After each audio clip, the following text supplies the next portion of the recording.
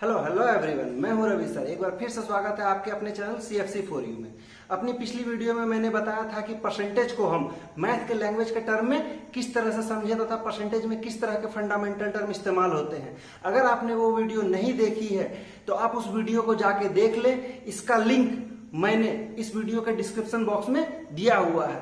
तो चलिए ज्यादा समय वेस्ट ना करते हुए आज हम उड़ाते हैं परसेंटेज की धज्जियां।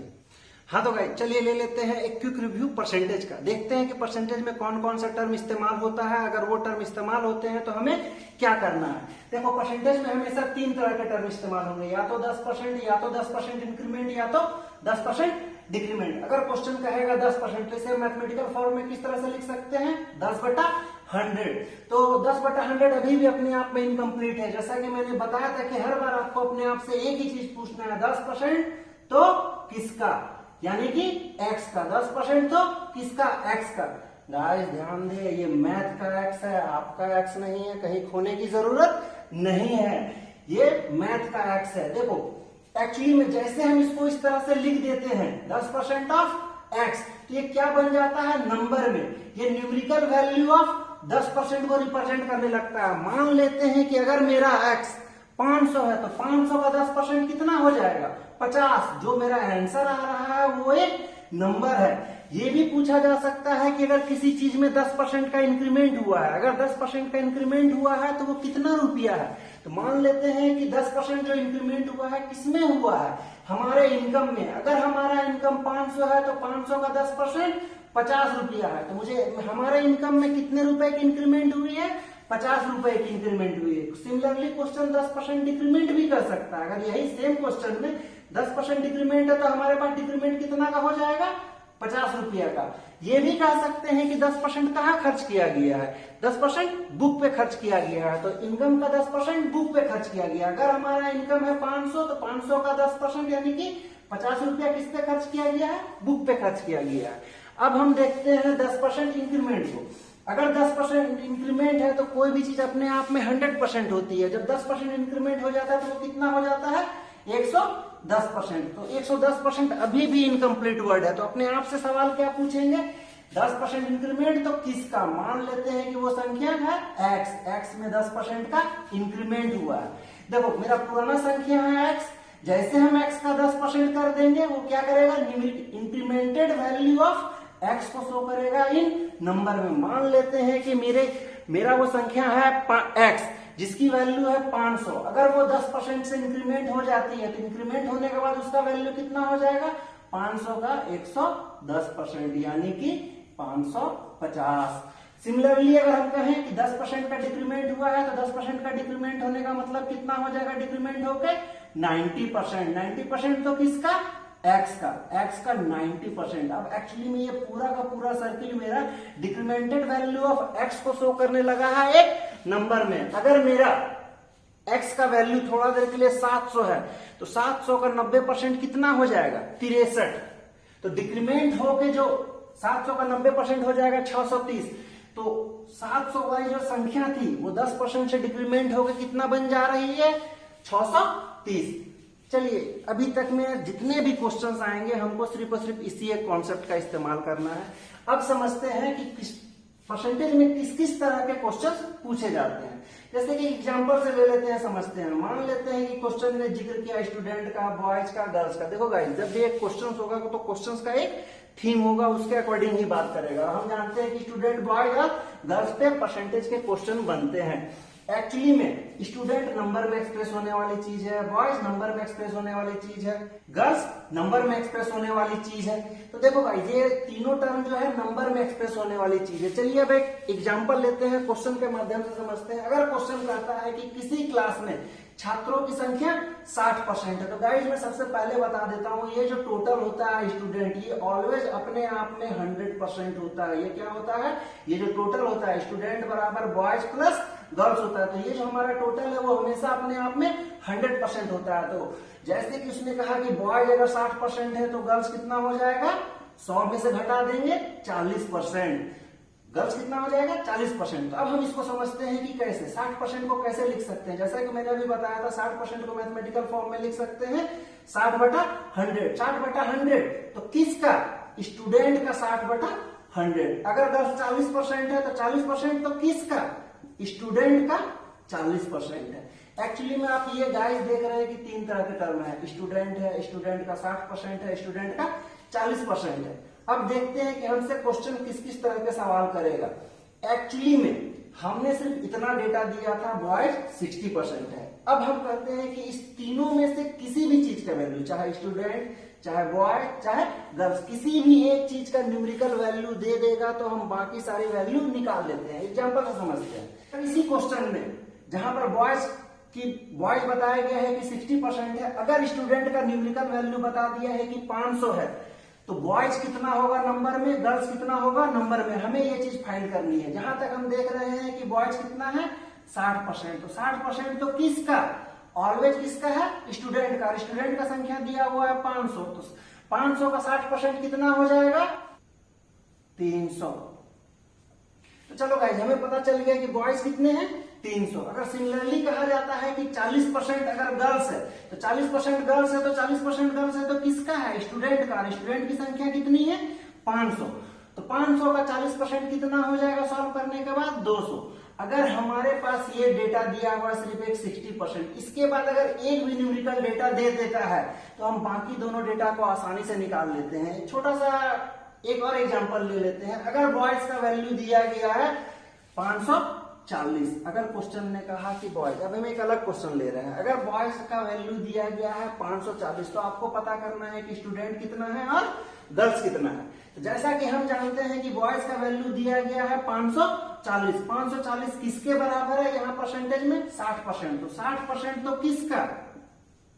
60% तो किसका? स्टूडेंट का। क्योंकि यहाँ पे स्टूडेंट का वैल्यू मेंशन नहीं किया गया है, तो हम लिख देंगे स्टूडेंट का 60% किसके बराबर हो जाएगा? स्टूडेंट का 60% किसके बराबर हो जाएगा? बॉयज के बराबर, यानी कि 540। एक शून्य से एक शून्य कटेगा, 6 9 54। यहाँ पे आ जाएगा 9, इसको 100 से गुना करेंगे तो क्या आ जाएगा? 900। तो हमारे स्टूडेंट की संख्या कितनी हो गई? 900। अगर हमारा स्टूडेंट का संख्या हमको पता चल गया 900, तो हमें पता है कि गर्ल्स की संख्या कितनी है? 40%। तो 900 का 40% कितना हो जाएगा? 360। सिमिलरली अगर स्टूडेंट नहीं दिया है, बॉयज नहीं दिया है, गर्ल्स का वैल्यू दे दे।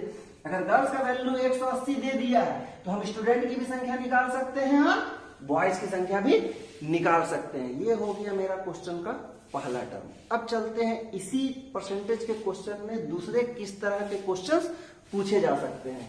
एग्जांपल में मैं फिर से लेता हूं स्टूडेंट को, बॉयज को और गर्ल्स को। देखो गाइस, अभी तक तो हमने देखा था कि सिर्फ एक परसेंटेज का टर्म लिया था, इसके आधार पे हमने बाकी सारे परसेंटेज का टर्म को निकाल लिया था। अब एक्चुअली में देखते हैं कि स्टूडेंट एक अलग वेरिएबल है, बॉयज एक अलग वेरिएबल है, गर्ल्स एक अलग वेरिएबल है। तो स्टूडेंट कुछ भी कह सकता है, क्वेश्चन कुछ भी कह सकता है स्टूडेंट के बारे में कि स्टूडेंट का 10% कितना होगा, स्टूडेंट को 10% से इंक्रीमेंट कर दो, स्टूडेंट को 10% से डिक्रीमेंट कर दो। तो हमें सिर्फ इतना समझना है कि इसे हम किस तरीके से लिखें। अगर 10% कहा है तो हम क्या करेंगे? 10% है तो किसका है? स्टूडेंट का। हम सिर्फ इतना सा लिख देंगे, मेरा ये चीज जो 10% है किसमें कन्वर्ट हो जा रहा है? 90 में। सिमिलरली अगर 10% बॉयज का 10%, तो हम इसको लिख देंगे 10% तो किसका? बॉयज का। ये भी नंबर में कन्वर्ट हो जाएगा, ये भी नंबर में कन्वर्ट हो जाएगा। अगर कहता है कि स्टूडेंट 10% से इंक्रीज कर गया तो हम क्या लिखेंगे? 10% से इंक्रीज करेगा तो कितना हो जाएगा? 110%। 110% तो किसका? स्टूडेंट का। अब ये इंक्रीमेंट होने के बाद इंक्रीमेंटेड वैल्यू बता रहा है स्टूडेंट का। सिमिलरली वो बॉयज का भी बताएगा और गर्ल्स का भी बताएगा कि बॉयज में भी 10% का इंक्रीमेंट हुआ है, गर्ल्स में भी 10% का इंक्रीमेंट हुआ है। क्वेश्चन ये भी कह सकता है कि स्टूडेंट में 10% का डिक्रीमेंट हुआ है, 10% का डिक्रीमेंट हुआ है तो स्टूडेंट घट का कितना हो जाएगा? 90%। 90% तो किसका? स्टूडेंट का। हमें सिर्फ ये टर्म इस्तेमाल करना है जिससे कि मेरा ये जो 10% का जो डिक्रीमेंट वाला टर्म है वो किसमें कन्वर्ट हो जाए? 90 में। सिमिलरली जैसा डिक्रीमेंट स्टूडेंट के बारे में कहा है, क्वेश्चन ये भी कह सकता है कि बॉयज में भी डिक्रीमेंट हो सकता है, तो बॉयज डिक्रीमेंटेड होके बॉयज का 90% रह जाएगा, गर्ल्स डिक्रीमेंटेड होके गर्ल्स का 90% हो जाएगा। तो चलिए, अभी तक हमने सिर्फ इतना देखा कि परसेंटेज के जो टर्म होते हैं बस उसे हमें लिखना कैसे है। अब हम ये देखेंगे कि अगर हम इन सारे टर्मों का इस्तेमाल करते हैं तो हम क्वेश्चंस को कैसे बना सकते हैं। इसको एक एग्जांपल से समझते हैं, एक प्रॉपर एग्जांपल लेते हैं क्वेश्चंस का। हाँ तो गाइस चलो एक एग्जांपल लेते हैं कि इस कॉन्सेप्ट का इस्तेमाल करके हम परसेंटेज के सारे क्वेश्चंस को किस तरह से बना सकते हैं। क्वेश्चन ये है कि 500 विद्यार्थियों की एक कक्षा में 30% छात्र लड़कियां हैं। अगर 30% लड़कों की संख्या में वृद्धि हो जाए तथा 20% लड़कों की संख्या में वृद्धि हो जाए तो विद्यार्थियों की संख्या में कितने परसेंट की वृद्धि हो जाएगी। तो गाइस चलो हम इस क्वेश्चन को ले लेते हैं।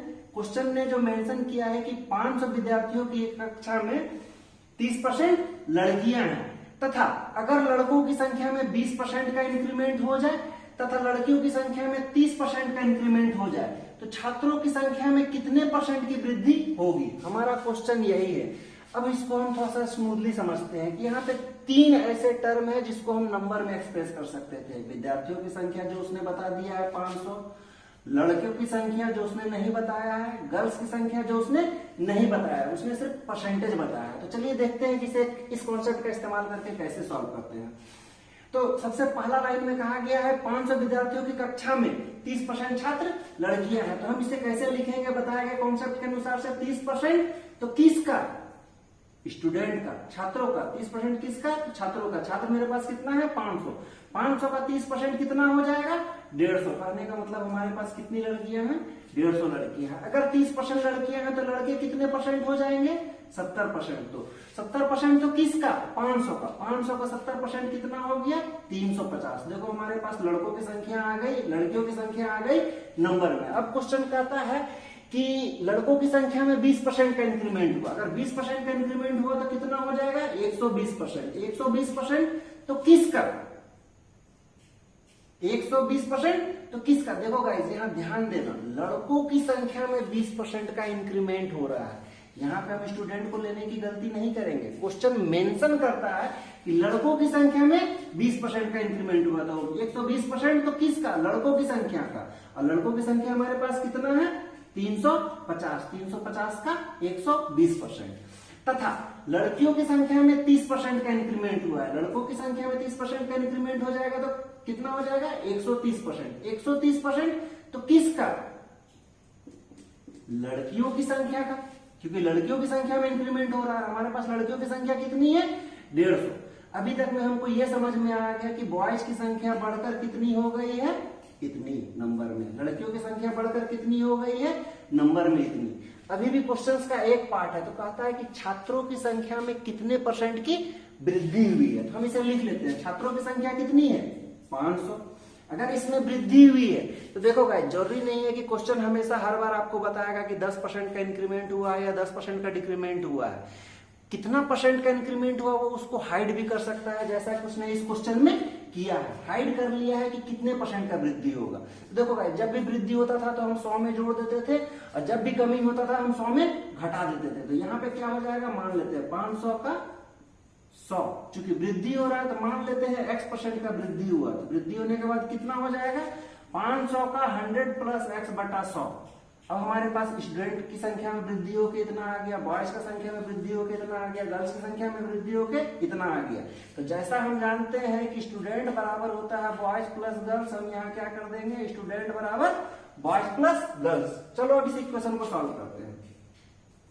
ये नीचे का 100 कट जाएगा, एलसीएम का दोनों 100 नीचे 100 आ जाएगा, ये वाला 100 कट जाएगा। तो हमें निकालना क्या है? कितने परसेंट की वृद्धि। तो देखो गाइस हमारे पास एक नॉर्मल सिंगल वेरिएबल का इक्वेशन है और हम इसे सॉल्व करके आंसर ला सकते हैं। क्या आपको इस क्वेश्चन में किसी भी ट्रिक की जरूरत है? क्वेश्चन ने जो भी कहा हम उसे अगर मैथमेटिकल फॉर्म में लिख दे तो हम उसे सिंपल वे में फंडामेंटल तरीके से बहुत अच्छे से बना सकते हैं बिना उलझे हुए। तो चलो अब हम समझते हैं। ये तो हमने एक एग्जांपल समझ लिया कि इस कॉन्सेप्ट का इस्तेमाल हम एग्जांपल में कैसे कर सकते हैं। जरूरी नहीं कि मैंने अभी तक जो भी एग्जांपल लिया स्टूडेंट, बॉयज और गर्ल्स का लिया। आप सभी ने देखा होगा कि परसेंटेज में बहुत तरह के ट्रिक आते हैं, फार्मूला आते हैं, परसेंटेज में बहुत सारे वेराइटी के क्वेश्चन आते हैं। तो चलो हम उसको एक एग्जांपल से समझ लेते हैं कि सेम कॉन्सेप्ट का इस्तेमाल हम बाकी सारी जगहों पे कैसे कर सकते हैं। देखो गाइस जब भी मैथ में इस्तेमाल होता है ना फंडामेंटल ऑपरेशन, 4 ही तरह के ऑपरेशन होते हैं। या तो प्लस होगा, या तो माइनस होगा, या तो मल्टीप्लाई होगा, या तो डिवाइड होगा। तो चलो हम देखते हैं कि किस किस तरह के क्वेश्चन पूछे जाते हैं। ओवरव्यू लेते हैं। क्विक ओवरव्यू क्वेश्चन में स्टूडेंट का जिक्र होगा, बॉयज का जिक्र होगा, गर्ल्स का जिक्र होगा। इस एक थीम पे क्वेश्चन बनेंगे। फिर मिक्सर पे बनेगा, अल्कोहल पे बनेगा, वाटर पे बनेगा, population, male female, total vote, candidate one को मिलने वाले वोटों की संख्या, कैंडिडेट टू को मिलने वाले वोटों की संख्या, टोटल मार्क्स जिसमें मैथ का टोटल मार्क्स कितना है, हिंदी का टोटल मार्क्स कितना है, इंग्लिश का टोटल मार्क्स कितना है, मार्क्स से रिलेटेड क्वेश्चन बनेंगे। तो देखो गाइस, ये सारे क्वेश्चन में अगर आप स्टूडेंट बॉयज या गर्ल्स के क्वेश्चन को समझते हो तो जिसमें सारे प्लस का फंडा इस्तेमाल हो रहा है, वो सारे क्वेश्चन को आप इस प्रोसेस पे रखकर बहुत ही आसानी से बना सकते हो। तो चलो देखा, अगर इस क्वेश्चन में प्लस है तो गर्ल्स को उठा के अगर हम इधर ले जाएंगे तो स्टूडेंट में माइनस हो जाएगा, तो हमारा प्लस और माइनस दोनों का सेक्शन हो गया कंप्लीट। अब हम देखते हैं मल्टीप्लिकेशन और डिवीजन का। अब जैसे क्वेश्चन में आता है कि आम का मूल्य, खपत, खर्चा, तो देखो मूल्य गुना खपत बराबर होता है खर्चा, ये होता है फंडामेंटल टर्म, हर किसी को मालूम होता है कि अगर 25 रुपया केजी आम है, अगर हमको 4 केजी आम खरीदना है, जो कि मेरा खपत है 25 रुपया केजी के हिसाब से 4 केजी आम को अगर खरीदना है तो मेरा खर्च कितना हो जाएगा, 100 रुपया। तो यहाँ पे अप्लाई होता है मल्टीप्लीकेशन। जनरली 4 ही तरह के टर्म होते हैं, प्लस, माइनस, मल्टीप्लीकेशन और डिवीजन। इसी को मैंने इंग्लिश में लिखा है प्राइस इंटू क्वांटिटी बराबर एक्सपेंडिचर, प्राइस इंटू क्वांटिटी बराबर इनकम। देखो एक जगह पे एक्सपेंडिचर है, एक जगह पे इनकम है, ये पूछने पे डिपेंड करेगा ये क्वेश्चन कैसे पूछ रहा है। अगर आप ग्राहक है तो प्राइस इंटू क्वांटिटी बराबर आपका खर्चा हो जाएगा। अगर वो सेलर है, दुकानदार है, तो प्राइस इंटू क्वांटिटी बराबर वो उसका इनकम हो जाएगा। सिमिलरली और भी बहुत सारे वैरायटी के क्वेश्चन पूछे जाते हैं। इसमें टाइम एंड डिस्टेंस का भी सवाल आपको देखने के लिए मिल जाएगा कि स्पीड है, टाइम है और डिस्टेंस है, स्पीड को टाइम से मल्टीप्लाई कर देंगे तो डिस्टेंस निकल जाएगा। तो सिमिलरली जैसा हमने इन सारे क्वेश्चंस में देखा था कि स्टूडेंट की संख्या को 10% से का 10% में निकालने कर सकता है, 10% से भी बढ़ा सकता है, 10% से भी घटा सकता है। सिमिलरली यहाँ पे भी वो इस तरह का काम करेगा। जो मूल्य है, मूल्य का 10% कितना होगा ये भी निकालने बोल सकता है। अगर ऐसा जनरली बोलता नहीं है, क्या कहता है कि मूल्य कितना 10% से बढ़ गया, मूल्य 10% से घट गया, मेरा जो खपत है 10% से बढ़ गया, खपत जो है 10% से घट गया, खर्च जो है मेरा 10% से बढ़ गया, खर्च जो मेरा है 10% से घट गया। सिमिलरली और क्वेश्चन आते हैं एरिया के भी, जैसे लेंथ इंटू विड्थ बराबर एरिया है, तो लेंथ में भी परसेंटेज इंक्रीमेंट डिक्रीमेंट हो सकता है, विड्थ में भी परसेंटेज इंक्रीमेंट डिक्रीमेंट हो सकता है, एरिया में भी परसेंटेज इंक्रीमेंट और डिक्रीमेंट हो सकता है। जैसे कि फेयर, नंबर ऑफ पैसेंजर और टोटल फेयर पे भी होता है। अगर एक पैसेंजर का भाड़ा 10 रुपया है तो 5 पैसेंजर का भाड़ा, टोटल भाड़ा कितना हो जाएगा, 50 रुपया। इस तरह के जनरली क्वेश्चन पूछे जाते हैं। अगर हर एक चीज में सिर्फ बात इंक्रीमेंट और डिक्रीमेंट की हो रही है तो हम परसेंटेज के सारे सवाल को सिर्फ और सिर्फ इस एक कॉन्सेप्ट का इस्तेमाल करके बना सकते हैं। तो चलिए गाइस, अब हम उड़ाते हैं परसेंटेज की धज्जियां, एक एक करके क्वेश्चंस को लेंगे और उन्हें सॉल्व करना शुरू करेंगे और आप देखेंगे कि परसेंटेज के सारे सवाल को कितनी आसानी से आप सॉल्व कर लेते हैं। तो चलिए देखते हैं कुछ क्वेश्चंस।